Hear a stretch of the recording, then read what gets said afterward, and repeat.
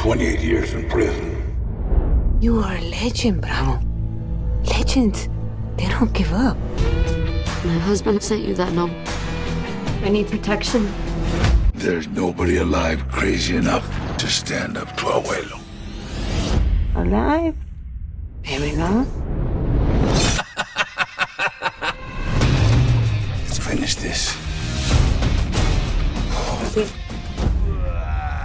You told me to get some help. This is what I got. 18 minutes is all we have? What? We only have 7 minutes to save the world, and the other, I can't do math, 9 minutes. We'll figure it out. Well, hey, well, how are you doing today? 11 minutes. Yeah, exactly. There you go. Good. You're looking really stylish in those glasses. Are those a new addition? So I can see. Yeah, I know. I am getting glasses when I was like, I think about 22 years old. When I could afford them. And so from glasses to braces, and I was like, oh, this is what I needed. All right. And so when I put on my glasses, I'm able to see far. I'm nearsighted. So but sometimes when I play characters, I have to know my lines, but sometimes I'm squinting because I'm working with the other actors, and they're supposed to be very close, but because of the cameras, they're so far, and I'm like, what? Huh? She can imagine. It adds to your mystique. It gives you a look that not many actors can pull off. So They're like, look at this nerd. yeah, Ramirez and Eastwood. Well, hey, everybody. How are you today? This is Mark Chaffardini. Thanks so much for coming back to the Go See Talk podcast experience. We're thrilled and super delighted to speak to Efren Ramirez, actor in John Gulager's Seven Cemeteries, starring opposite Danny Trejo. If you like movies with colorful characters, humorous undead, zany accents, clever kills, and singing luchadors, this movie has it all. So, Efren, how are things in your world? Pretty crazy. I get to do what I love and love what I do. And it's not, when I first started out acting, I love the fact that I had the opportunity to be able to go up on stage and do lines. But as I got older, it's not just acting, but being able to really be involved with the acting, the writing, working along with directors and producing and working along with producers, because then you really are involved in the making of a project. So whether it's pre-production or in production or even in post-production, because you really want to support the best way possible into telling a story and shaping these characters where they could truly express themselves and discover whatever valuable lesson is to be learned in that story. So. Well, let's go back to doing what you want. I think I'm projecting here because I don't know you, but I was watching Do Justice, had a discussion with Kellen Lutz, and I could not shake the suspicion that you modeled your character after Lee Van Cleef. So can I get a ruling on that? You just had a delivery that sounded so ultra cool, like a Sergio Leone movie. Oh wow! I mean, I love Leone's films, and I love Lee Van Cleef. He's like, because he sort of reminds me of my father, actually. So funny that you say that. When I did Do Justice, I tried to collect anything external that will influence not only the story but the character that is going through this journey in that story. And I felt like it reminded me of Frankenstein, and Frankenstein's monster. I being Frankenstein, Dr. Frankenstein, and Kellen Lutz's character being the monster, and allowing the monster to do whatever he does to his own free will, to the point where it becomes very manic and destructive. And then I question the validity of human value, because that's the idea of becoming a police officer, is to protect and to serve. and I am then left with the question, who am I protecting and who am I serving? And is it myself? And that is the pivotal point of what that film was about. I really wanted to see. I don't. Maybe perhaps I wanted to see the macabre and see Camelot's character his way of being sinister about the kind of murders that he's doing to the point where he breaks any form of normality and goes beyond that will allow me to want to then destroy the monster that I've created. So, but it goes back to the journey of storytelling, and you hope that you have the same vision as a writer and director, and hope that whatever is put in the end, it honors the value of that story, and we get to see that, through that exploration and the experience that the characters go through, from the beginning to the very end. Wow, was that a little verbose? No, it's fascinating, but I mean, it just shows you how close you are to either, what's on page as a character bio or just the way you interpret something and how you want to project because you're living with this thing. We see something for 90 minutes, you've been reading it for a year, acting it for 3, 4, 5 weeks, something like that. So it takes on a different shape when you, when you become this character. So no, that's great. That's great.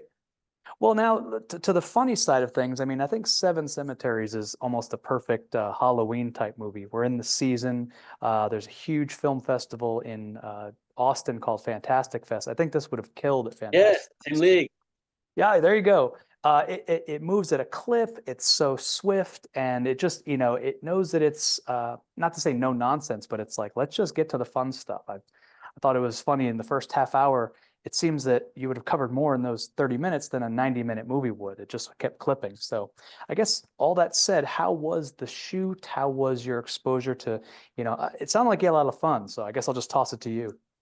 Yeah, well, I haven't seen the finished product, so I don't know what they have at the very end. But my job as an actor is, once you get the script, is to find what's relatable to it, and if I could find any books, it's I found art to be such an influence to these characters, and of course, as we know, through Cinephile is either the Magnificent Seven, of course, which is an ode to Kurosawa's, Seven Samurai, but with the twist. And I know, and I've worked with Gulager before, so I enjoy his sense of sarcasm, his snarkiness. So when I saw that in Miguel, I thought, oh, I can have fun with this. But in order to find Miguel's experience through death, I had to understand what his life was when he was alive, that allows him to behave the way he does. So, and then once you get that understanding, is being able to work with somebody like Danny Trejo and find the dichotomy between these two characters, from Bravo to Miguel, and how well they work together, which is quite like Man of La Mancha, right? Sancho Panza, and working together, and try to go through the adventure of trying to do something positive for somebody else. So as they learn from each other about life and death, and bravery and fear, because my character he's become a cynic, and the best way possible to express through his pain is by being sarcastic, is by laughing at everything, because that's the only way he can handle things. Until through the relationship of Danny Trejo's character, he is given the choice to do something different, and my character may perhaps not notice it, but I'm hoping that the audience do. So, and then, besides that relationship, is being able to work with the rest of the comedic character actors. I mean, you see everyone who's dead, which is, you see Emma Ramos and Richard, Esteras, who's from The Bear, and there's the luchador and his girlfriend who play it so well. She's a Broadway actress. They do such a great job. And then there's Lou Temple and Vincent Ward, who, again, the guys from The Walking Dead who are just wonderful, character actors and really steal the show.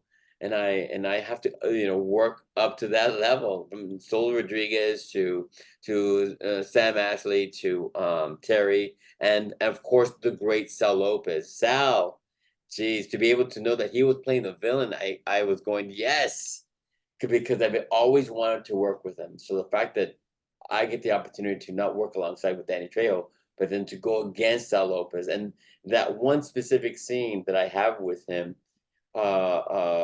was truly remarkable, because he's a theater actor, and when I was on set with him, I knew that I was in my trailer going, even though I looked dead, I was like, "Oh, dude, you better be ready," because you want to be able to be fully present under those given circumstances and live Yeah. truly in the moment. And I think I hope I listened well, and and I lived freely, through this character, and really participated in the best way in telling the story Yeah. through comedy, of course. Well, I had a lot of fun just because of it. Those moments that are serious are sort of undercut with unexpected humor. Yeah, You that's have right. Abuela who comes out of his car with the accordion. So you wouldn't expect a bad guy to just have a musical side to himself. And then I think you had the best line in the movie where you go, "It was completely unnecessary." I lost it. So I will have voted for you because I want all my wildest dreams to come true, but now I will have a quote to say for the rest of next 20 years. It was completely unnecessary. So, but talk to me about the look. I mean, everybody has, kind of like the Magnificent Seven, everybody has an identity that you can put a finger on without, like, even before you get the character bios. So what interpretation or what input did you have for the contact lenses, and just what made your character uh, I gotta give kudos to, props to the makeup artist who did it, because I was in that chair for about, 2, sometimes 3 hours, wow. from the prosthetics to all the makeup all over the hands and the body of my face.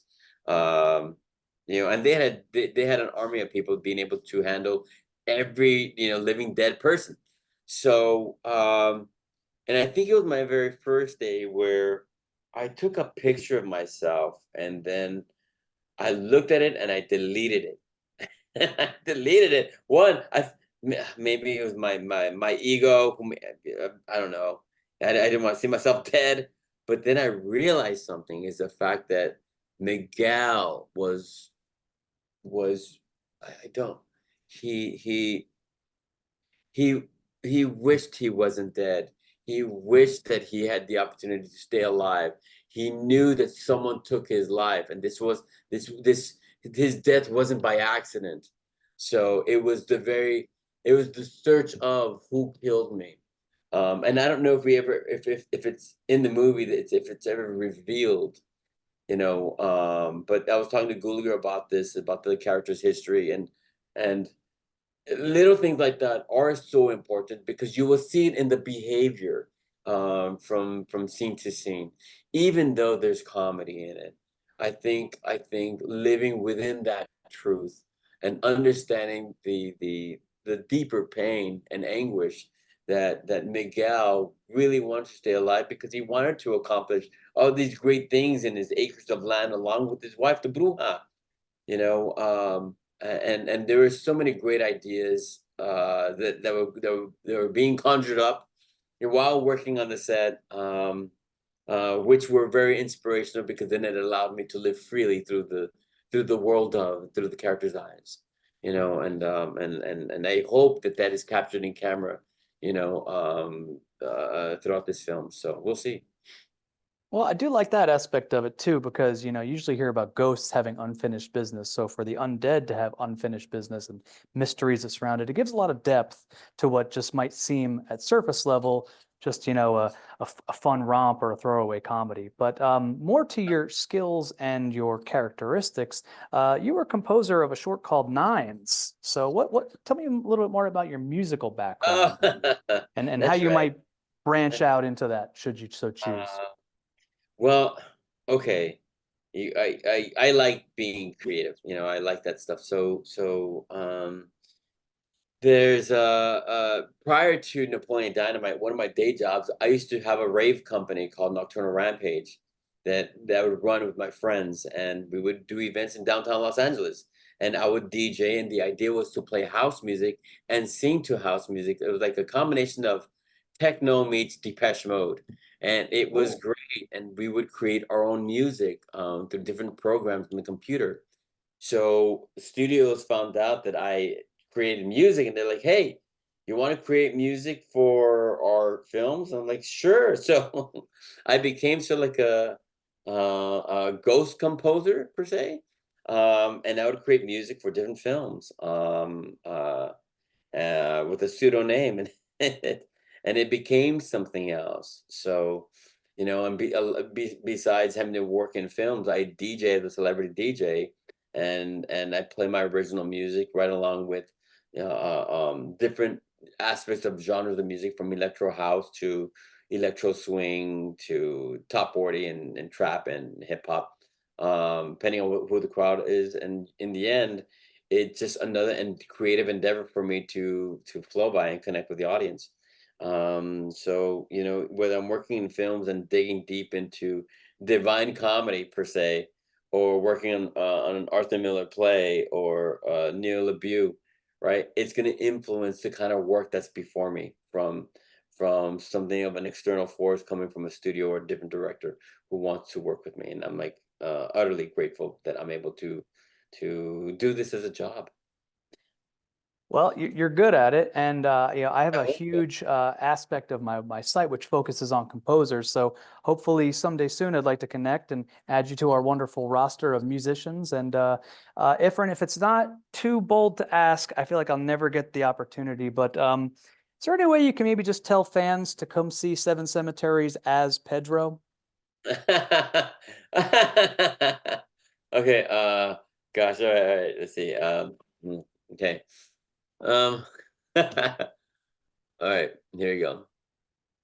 Well, I don't have much to say, but I'm in another movie called Seven Cemeteries, where I play a character who's dead, but not really dead.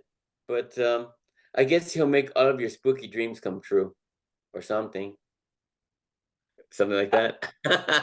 Exactly that. Oh my gosh, line you made my year. So everyone check out Seven Cemeteries, and Efren, we hope to catch you very soon. All the best, and thanks for your time. No, thank you very much for this. Thank you. Thank you.